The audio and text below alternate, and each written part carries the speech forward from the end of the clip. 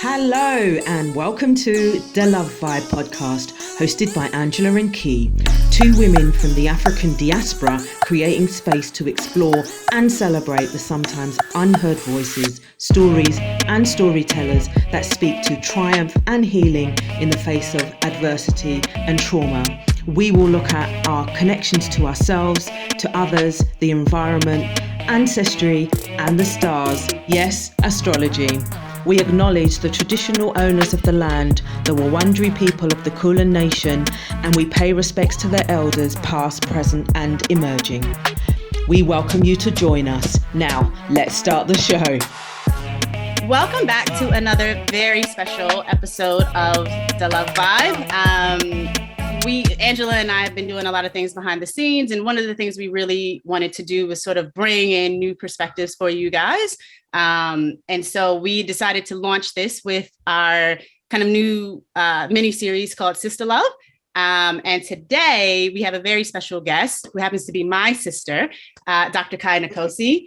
She is a prolific author and spiritual teacher with 6 published books to her credit. Her most recent book series is entitled Spiritual Intelligence, Volumes 1 and 2. She's a leader, influencer, visionary, and diva, okay? She's traveled the world and continues to deliver a transformative message to the people of African descent, which advocates for the cultivation of our innate spiritual genius. Please welcome Dr. Kai Nkosi, my sister, to the show. Oh, thank you. Thank you so much. So glad to be here. I'm so honored. Thank you both. This is wonderful. No, thanks for coming. Yeah. Absolutely. That's what sisters are here for. Absolutely. Right? Yes. So, can I just ask you, where does your story begin? Because obviously with that amazing intro, it's like you are like a powerhouse of it's a powerhouse. It definitely Thank is. you. I mean, the prolific writing, the leadership, the exploration, the research, the looking inside, as well as making sure that matches, what is outside of you externally. But I really am curious to know, where does your story begin? And where are your people from? I want to know where these powerhouse people are from. And I really, and I suppose that would be my first question to you. Well, I've always been involved in, in the church. I've always been spiritual. I don't know, even from a little girl. I think I was always interested, in spirit. I was adopted. We have a whole story. Kiki and I have a whole story of how I was reunited, with our mom, my birth mom, Frida, who's in heaven now. And I was raised, by a adopted family. And they were very, very devoted Christian, religious people. And my dad, he was a pastor, and so, I just remember being in church New Year's Eve, and being on your knees praying. And I just remember the influence of my grandma, very spiritual and devoted Christian family. Okay. And so that was just instilled in me. My teenage years were a little troubled because I grew up in right outside of New York, 15 minutes from the city. My teenage years were a little troubled, a lot of exploration and rebellion, mixed in there, with the regular teenage angst, I guess you could say. But I went on to college, and then I was always interested in spirituality and wound up meeting a young man who, wanted to be a pastor, and we just kind of gelled, And so by the time I was 22, I was a pastor's wife. By the time I was 22 years old, yeah. So, I was, doing all the church stuff, all the pastor's wife stuff, That's a lot for 22. It was a lot.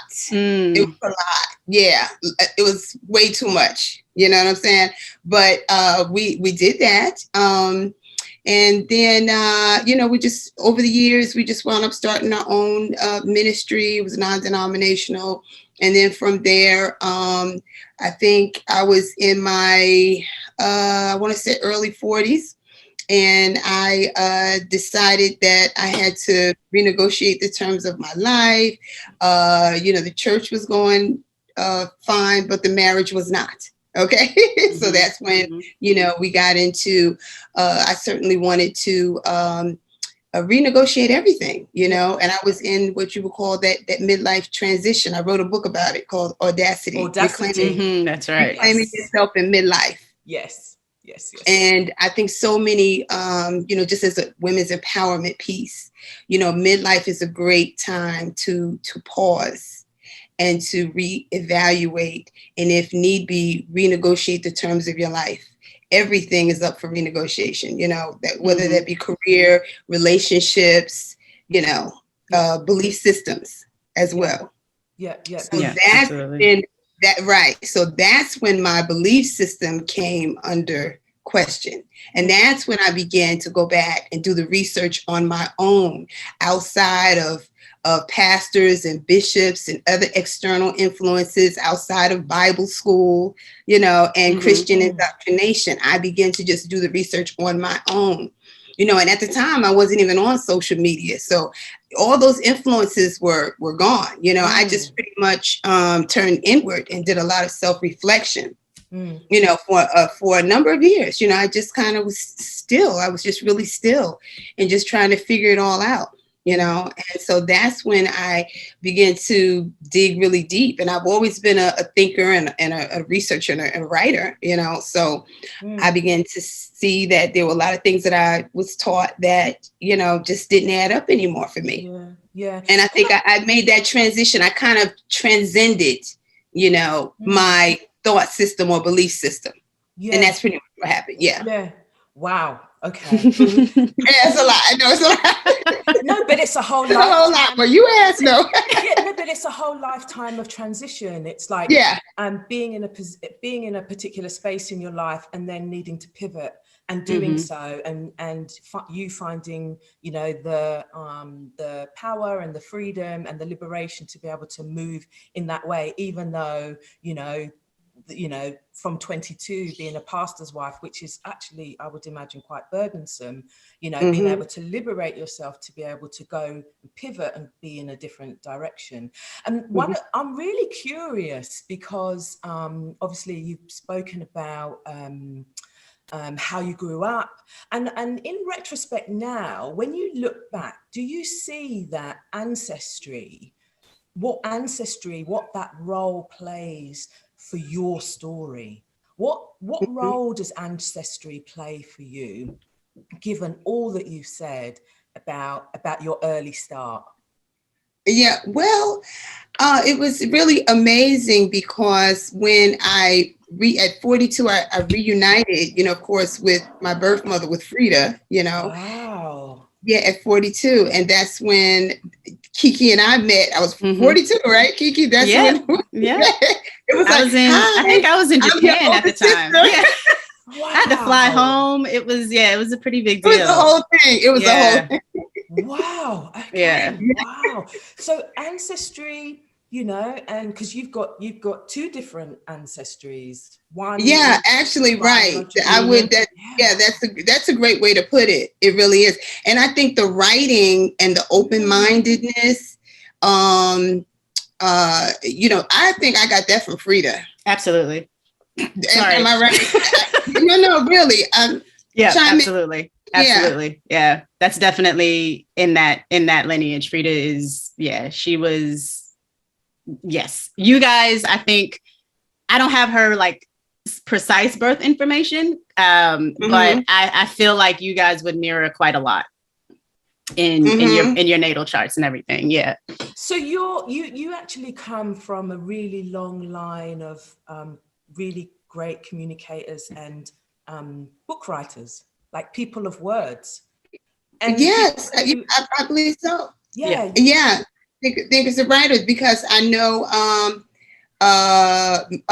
Mother Frances, right? Wasn't she a writer? I think, didn't she write a lot or something, Kiki? I'm not. Yeah. She did. Grandma, she like journaling and stuff like that. Yeah, it wasn't. It wasn't like she wasn't published, but you know, Right, there's still a lot of communication that happens. Like I think we're a family of words. Mm-hmm. If that makes sense. Like everyone sort of writes. Like you'll find. I don't know how many journals I have, but they're scattered all over the house. Same with my mom, scattered all over her, you know, the house, like just little writings on newspaper clippings, just writings. Like that's correct. When we were at the house in Texas, I remember we found Grandma Barnes. We found her writings everywhere. Yeah, yep. We found things, I think. Yeah, and I was like, oh wow. It's like, okay, so everybody writes. Yeah. Yeah. Everybody writes. Everybody thinks and writes. No, that's really good. Yeah. But also, in your adopted family as well, a pastor has to be able to communicate. You know, yes. I mean, strong communication. You need amazing communication. Strong communication. pastor. Yes. My adopted dad. Yeah, he's in heaven now, but he was a powerful communicator. He was a Capricorn, very strong, very grounded, just solid, good man, you know, and Grandma Rose definitely was a writer and a thinker. She was an Aries, fire sign, really bold and dominant, you know, so I get some of that from her too. Yeah. But she did. She really did teach me to write as well, I would say. So you're right. So there are two lineages. You're right. But also in the spirit of words and communication, your name. I mean, I'm really curious about like the name Kai Nkosi? Kai Nkosi. Like, okay. When did that come? How did that come? And what does it mean? This is the story. Initially, I was in my late 20s, and my husband at the time was pastoring in this little town in Virginia in the middle of nowhere called West Point. And we were staying in the little parsonage right next to the church. You know, they had the pastor's house. And I remember, you know, it was just really kind of lonely time for me. I was really young, pastor's wife, and everybody in the church was like 65 and older. I was so isolated, you know, it was just like, oh my gosh, I can't believe. And so I remember during the time I would just start experimenting, working with crystals when I would have my prayer time, prayer and meditation. And I remember getting these beautiful amethyst crystals and everything, and I'd set them out. And I remember one time I was praying, right? And I felt as though the spirit just kind of came right down next to me as an angel and said to me, you are going to write, and this is in your name is going to be Nkosi. You're going to write in the name of Nkosi. And this is what I'm being told, you know? Yeah. And so I journaled for many, many years. So I wrote the name down. I was like, Nkosi, what is that? And so I went to research and found out that it was an African name and that it meant ruler.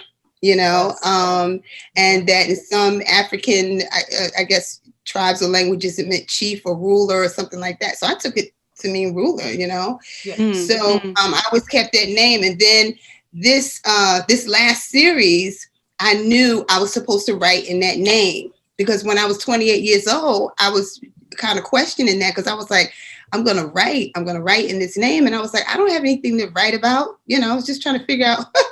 I was like, tell anybody? Or were you just like, I'll keep that in mind? I'm just going to keep it. Yeah, I was like, what am I writing about? It was really something. But I still have the journal, and I dated it. I still have the journal. Yeah. And so that's how that name came about. My daughter gave me the first name of Kai. Nice. She gave me that. So yeah, we just, you know, kind of put the two together. Yeah. I just decided to just write in that name to fulfill what I felt the spirit shared with me so many years ago. So I find that fascinating, because also in your natal chart, you've got a grand trine in water. And I was going to ask you about that. Like, do you feel like, because with the grand trine in water, like you've got Neptune in Scorpio in your 12th house. We know 12th house has to do with spirit, right? Like that's your connection to spirit. Neptune, from the way I interpret it, is our spiritual antenna as well. Because if you look at the glyph for it, it looks like an antenna. So that's how we connect to spirit as well, through our Neptune placement. And you've got Neptune in Scorpio, you've got your moon in Cancer. So that's deep emotion, but that's also very, not just empathetic, but also like just super intuitive. And then you've got Saturn in Pisces and Chiron in Pisces. And all of those in a grand trine, we know work together, right? They work together. They're very harmonious energies. And so I just feel like you would be like super in tune with like your spirit guides, or like, you know what I mean? Like you just have some sort of connection to something. And do you feel like you've had that like throughout your life? Is that something that you felt like you've kind of leaned on throughout your life? Like just this like innate knowing, or hearing like someone just speaking to you sort of thing? Yeah, absolutely. Yes, definitely. I love astrology. Yeah, big time, big time. Yeah, I have to see what you had in the chart too, because big time. And then I have a lot of 8th house stuff too, which is the house of, sort of like hidden things. They say death and taxes and all that kind of stuff. When it's ruled by Scorpio, that's typically what it is. But yours is actually on a cusp with Leo and Cancer. So it's the energy's a little bit different for you, but 8th house in general, is like underworld, underground sort of. To me, it's like boundaries. Hidden. To me, it's like hidden, because the word occult just means hidden, right? Yes, definitely. We made it something dark and spooky and demonic, and it's not. It just means hidden things.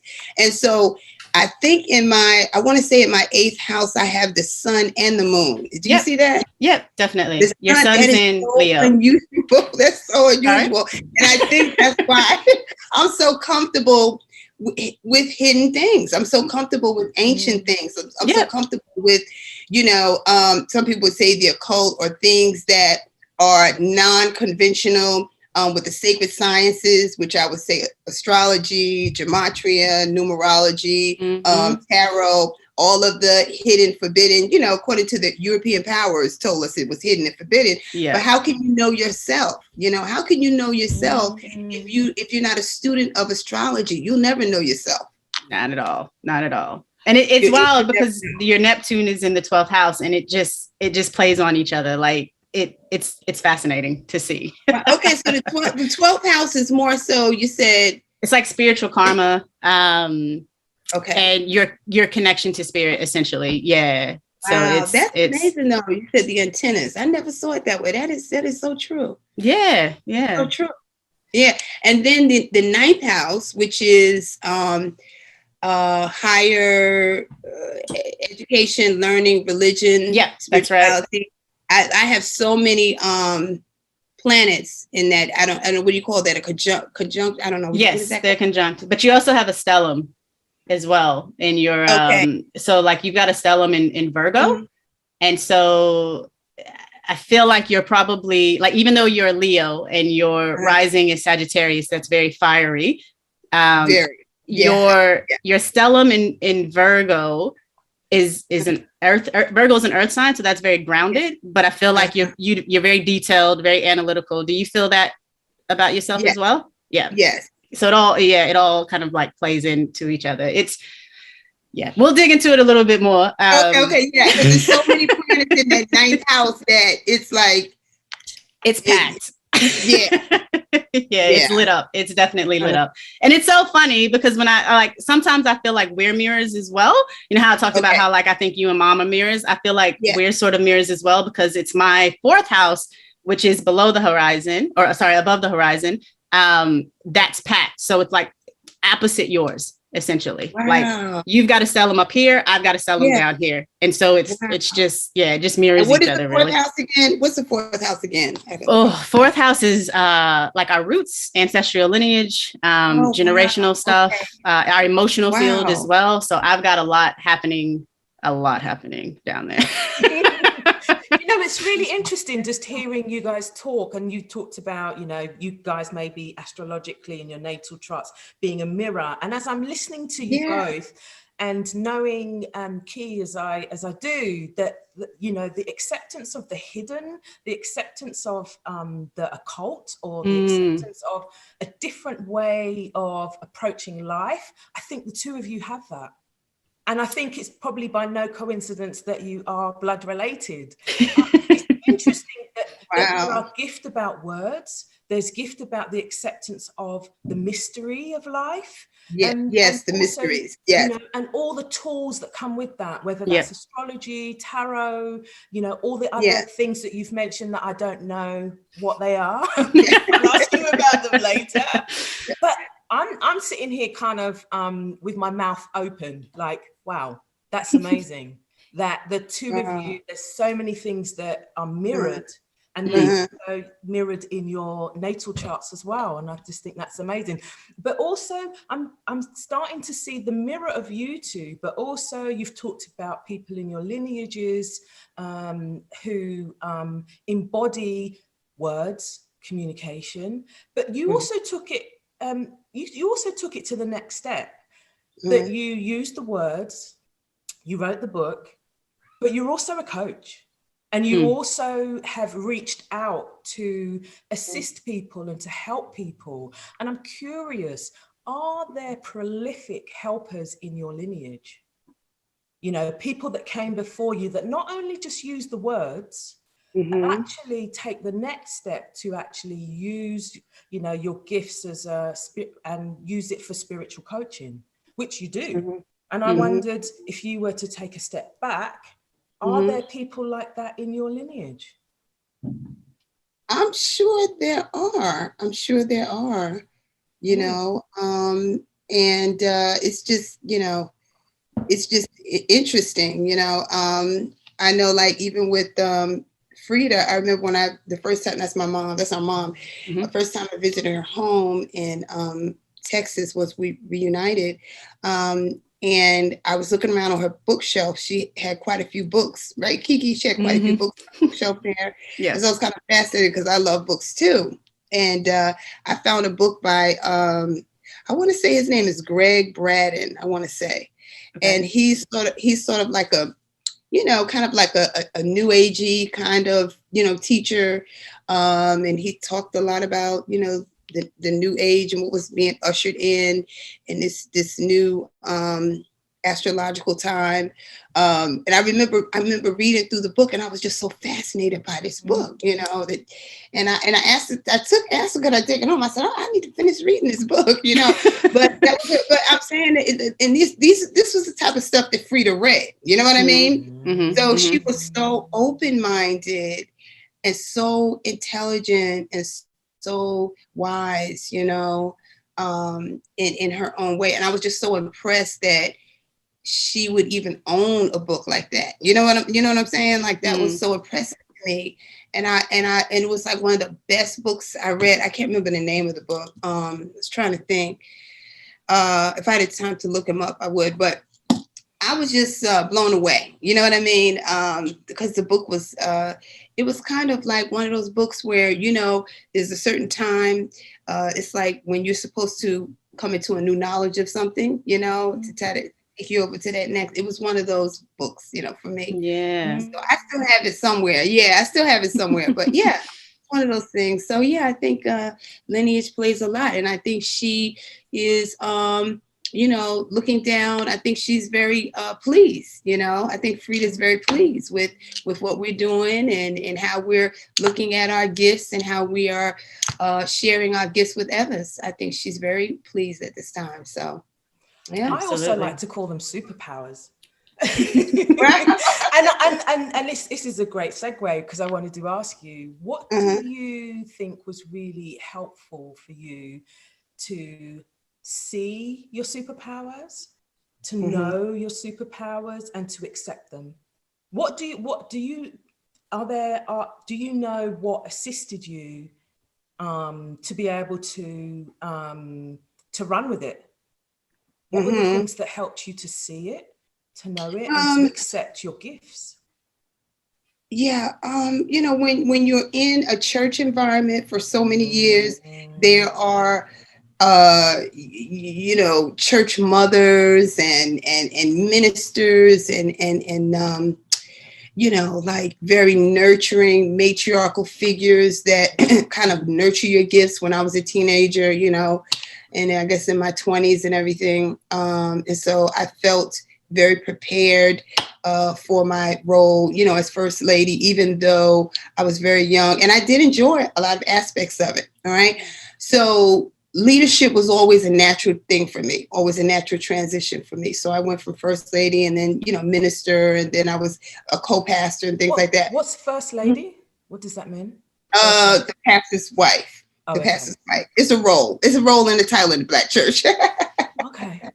Yeah. So then, so once I transitioned and kind of transcended, you know, the church program, I felt, and I don't mean that in any disrespect, but I did. I transcended it. Yeah. I kind of just, you know, begin my own independent kind of walk, you know, and an independent spiritual path where I was just intrinsically motivated by pioneering a new path for myself. You know what I mean? Because by this time, I'm in midlife. By this time, I'm in my early 40s. You know, I decide that, I'm just gonna go on my own. You know, I made a lot of big changes in my life, and I decided to, to reclaim myself. And I wanted to have a spiritual path and a spiritual connection with the divine or with spirit outside of external religious authority. And I felt I had a right to do that. And I didn't care who agreed or who did not agree, and I wasn't going to ask anybody's permission to do that. And so that's what I did. And so all the research that I was doing, all the information I was finding, it was exciting to me. It was exciting to me to discover things and jot them down and, just starting to do my own research and just starting to write a little bit about it and discover things that I had never dreamed of and had never even heard of in Bible school, Right. So. Yeah. I find that really fascinating because, again, going back to your natal chart, and this is what I wanted to, this is the big one that I really wanted to talk about because it kind of speaks to the trigger point or there being a sort of trigger point in your switch, right? In your move from sort of Christianity and the rules and the structure around that into a more free feeling sort of spiritual practice. You've got Uranus in opposition to Saturn. And the way I interpret this is I interpret Uranus as sort of breakthrough energy. It's very transformative energy. It's rebellious. It's ruled by Aquarius. I'm an Aquarius. Like I don't follow anyone's fucking rules. I do my own thing. Right. It's probably not the best way to. And we're opposites too. Is that your sun sign? We're opposite. I'm Leo, right? Exactly. That's why I say we mirror each other. And it's funny because I'm a Leo rising as well. So you can imagine how difficult that is to balance, right? Okay, right. But so you've got Uranus, which is that rebellious energy, right? And it's also quite, I also think it's quite spiritual as well. It is. Opposing Saturn, which is the rules, which is the structure, which is the control, the authority, all of that. And so to me, that looks like, oh, okay, I can see where that shift and why that shift happened. And you've also got Pluto conjunct your Uranus. And Pluto's also like, shit's gonna change. Pluto's like, and this is all happening in your 10th house, right? So your 10th house is about your career, your legacy, what you're gonna leave behind. And I just found it really fascinating that like all of these shifts sort of happened for you. And the stars were like, oh, this was always gonna happen. This was always gonna be. Right. This could not have been, Exactly. So, this is inevitable. It had to happen. It has to happen. Yeah. That's what it means. It's written in the stars. It's serious. This is serious stuff. Exactly. And so I wanted to, I guess I wanted to ask, what do you think was that actual trigger point for you when, or not trigger point, but like, what was the trigger you think that made that sort of shift happen for you to really go like, I don't know if this is working for me. Like, the whole being sort of in that Christian world and then. I think when you get a divorce in a Christian setting, and not all, in some Christian settings, you find out who's real, who's not real. You find out who your friends are, who your friends are not. You find out, all the gossipers come out and the backstabbers. You got knives all in your back, all that.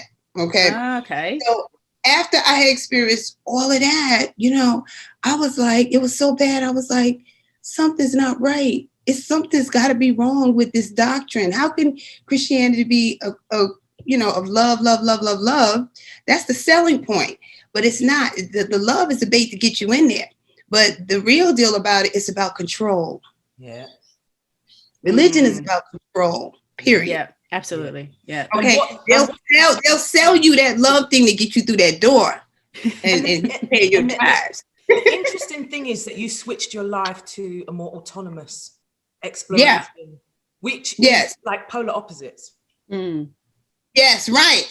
And so I had to fight to get there. So that's where that whole battle that you were seeing in the 10th house, Kiki, the whole battle with the, you said it was Pluto and then Uranus and what was the other one? Yeah, that opposing Saturn.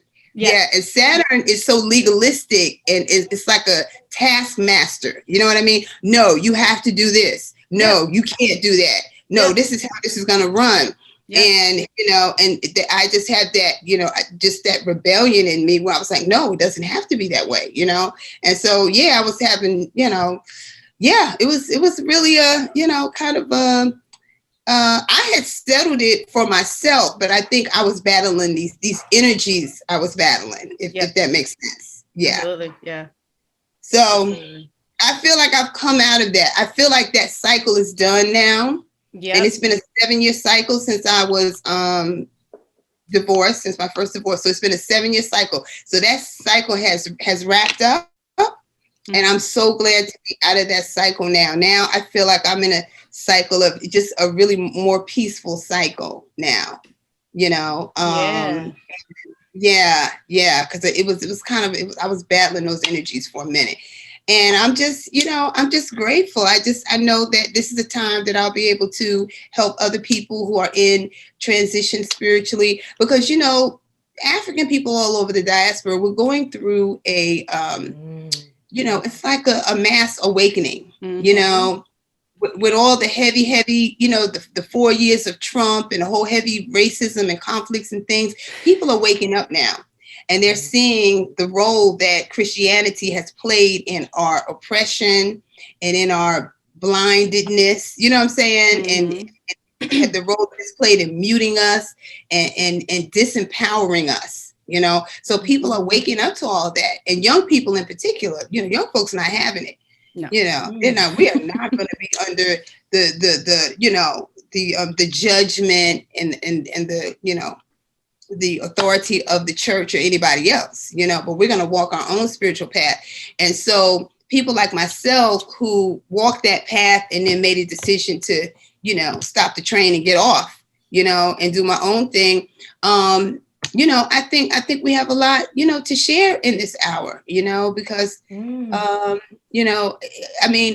not throwing out the foundation of Christianity. I think I'm just critiquing it. And a lot of people don't want you to critique it even, but, we have to see it for what it is, in order to move forward in spiritual systems that respect Blackness and spiritual systems that respect individuality and individual empowerment. So absolutely. And growth and, and I know that you've spoken about, this kind of mass awakening, particularly in the African diaspora, where, we're kind of seeing, our belief systems, but also the way in which we work, the capitalist structure about, your worth is only attached to what you produce and your efficiency, and you do that at your own cost, even the cost to your health, your family structures, your life of ease, which we have a right to. Our right to rest and all of that type of stuff. So there is that big, massive awakening of definitely in the African diaspora, where we're finally waking up and looking around and going, is this really what we want? And if we could choose, we're Yes. choosing something else, and we're pivoting to do Yes. something else. And Absolutely. and the thing about, the African diaspora is that, particularly for Black women, is that we're highly educated. We have Absolutely. lots of, even though we may have run ourselves into the ground working jobs that and doing all kinds of nonsense, but actually we've developed those skills which are transferable. So when we pivot, we can do other things, and we can be autonomous and have our businesses and do our own stuff and think about the lives that we kind of want to have. And I think that what you've talked about in terms of your story is really is a personification of that. And I'm just so happy to hear, your story and hear, the transition and the change that you've made. But you also did a lot of research. And I know one of the things that you talk about is spiritual consciousness. And I'm wondering whether you could break that down for us in the most simplest way. What does that mean? What does that mean to you when you break down what you've researched about spiritual consciousness, particularly when it pertains to us in the African diaspora? Well, I think, as I stated before, I think the spiritual path that you choose, I think is particularly with young people, we're choosing a path that's going to honor and respect Blackness or Africanness or our cultural heritage. We need a spiritual path that respects our rights as human beings on this planet, our rights to equality, and to, like you say, to live the life that God would have us to live, without free of oppression and, suppression and, and all that. So, I think people are choosing spirituality now, not because, okay, I'm a Christian or I'm whatever I am, because I was born into this family and this is what we are. You know what I mean? And so people are realizing that they can, make choices for themselves, and we can make healthy spiritual choices, and we can choose paths that do no harm. We can choose paths that don't bring us under guilt and condemnation. We can choose paths that are not sex negative, and a whole bunch of nonsense. Folks are not going for that stuff anymore. It's ridiculous. And so we can harmonize, our belief system with our cultural practices, and so I don't know. I was so drawn when I was doing my research. I was so drawn to everything in the ancient world, And I think some of the practices from the ancient world, some of the rituals from our ancestors, and, even if you don't embrace the whole African spiritual system, at least research some of them, at least research, and you can take the parts that are powerful for you, You can take those parts that are powerful for you, that resonate with you, and take what works for you, and honor your spirit and cultivate your own spiritual genius by doing your research and choosing paths and choosing ritual practices, that work for you and that cause you to walk in a level of empowerment that brings you in peace and harmony with your world, So was there I think anything in particular that you that you stumbled across that you kind of thought this resonates with me, and a practice or that kind of works for you? I discovered all kinds of little practices after I, kind of, like just push the church to the side for a minute. Now let me examine some of the practices that perhaps my ancestors, engaged in or what have you. And but not that my ancestors did it, but I mean, something as simple as sage, cleansing your home with sage and cleansing your energetic space, you know what I mean? Something that simple.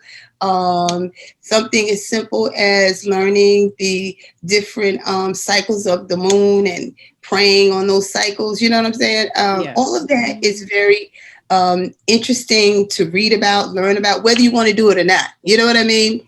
But when we talk about manifestation, that's very important as well. Learning how to pray, on the new moon or on the full moon, and things, just little basic things like that. That in the ancient worlds, like everybody understood that. Yeah. But the Europeans came in and robbed us, of these rituals. The base word of spiritual is ritual. Yeah. And the Europeans robbed us. These rituals that hold power, And they hold meaning. Yeah. And they hold meaning. They hold meaning. They hold power. And they hold the power of manifestation. And, I think we're learning to explore and learning to get back to these things. And because the church did a really good job of demonizing, the rituals that our ancestors used, and our ancestors, the church did a good job of demonizing these things. Like they demonized astrology, Definitely. and they demonized the tarot. They demonized every sacred science that our ancestors relied on, these systems of divination, and they call them alternative systems of divination, and they give them these classifications that are dark and negative and scary, and people are so afraid of them. But these are the tools that your ancestors used for thousands of years, and they definitely were tools in which divine messages were released. Divine messages come in many different ways. Yeah. And I find them much more accurate than any so-called prophet I ever met in a church. So the proof is in the pudding and the eating thereof, So, yeah. So, I love it. The Bible itself talks about that people would have a form of godliness but deny the power. So when I think of, the church offers no ritual with power, but they're ancient systems that hold rituals with power, with the power. When they say power, talking about the power to manifest something, the power to manifest a reality in your life that's really, amazing. And I'm not knocking the church. I respect Christianity, and I respect, that is my foundation, and I still draw upon it in some aspect, Yeah. But I definitely am free to explore and free to cultivate a spiritual genius that doesn't need anybody's approval. Spiritual genius. Break that down for me. Yeah. We have to cultivate, because it's in your DNA. It's in your lineage. Yeah. Our ancestors, Africans, they actually created the world's first spiritual systems, and they cultivated spiritual genius, and the world, the world's greatest minds, the Greeks, the Romans, they went and they sat at the feet of African master teachers. Kemet. Yes. And they taught them. And then they stole it. The Greeks stole it and named it Greek philosophy. You know what I'm saying? They called it. They claimed it as their own, but it was never their own. All that information was stolen. Yeah. So it's all been documented. So so we come from spiritual genius. Yeah, we held the light of consciousness for the world for thousands and thousands and thousands of years before there was ever a Christianity. There was ever a Bible. Yeah. And we lived peacefully and harmoniously. And all of that was borrowed as well, wasn't it? Like the sort of foundations of Christianity were pulled from African. From ancient Kemet. Absolutely. From ancient Kemet. Yes. Pre-dynastic Egypt. Yes. The Kemetic people were, I guess, from the Nile River Valley, and they were very, very dark people. Kemet was the land of the blacks, Egypt itself means like black or burnt face or something like that. And so they were, great rulers, and they, built a great civilization. And they created these schools, these mystery schools, where master teachers and sages taught, astronomy, astrology, and all of the sacred sciences, and they created a mythology, and mythology is associated with, our first mythical figures were actually, they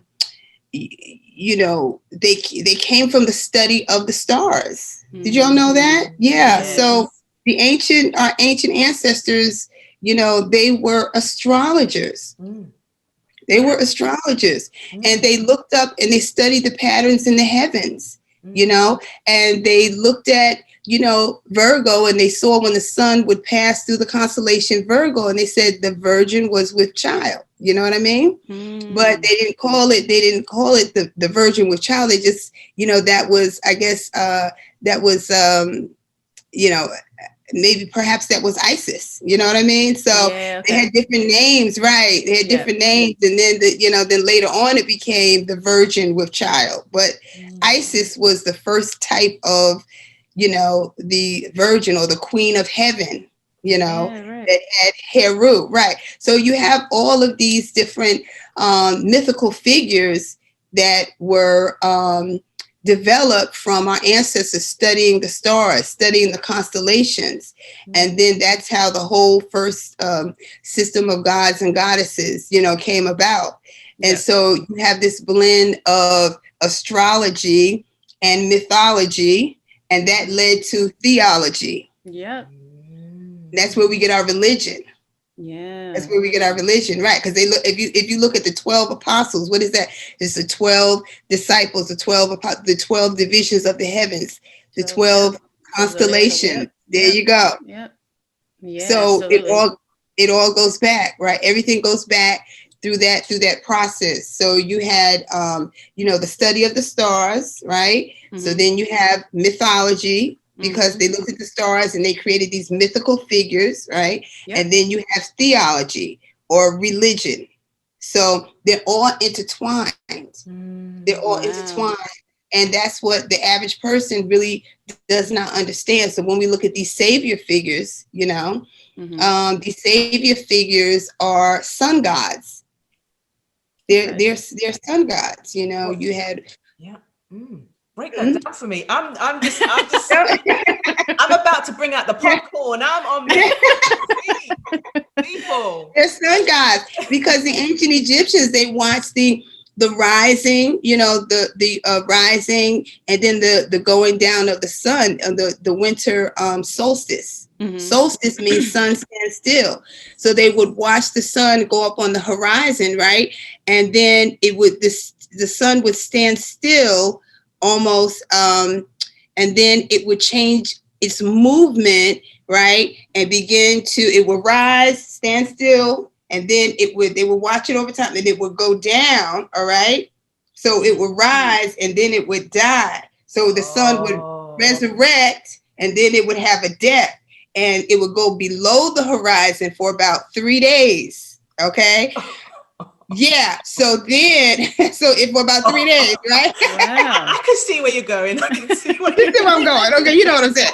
So yeah. So there was a death, then there was a resurrection of the sun over 3 days during the winter solstice, December 21st to 22nd, and then that 3 days, 23rd, 24th, 25th. That's where you get Jesus' birthday from.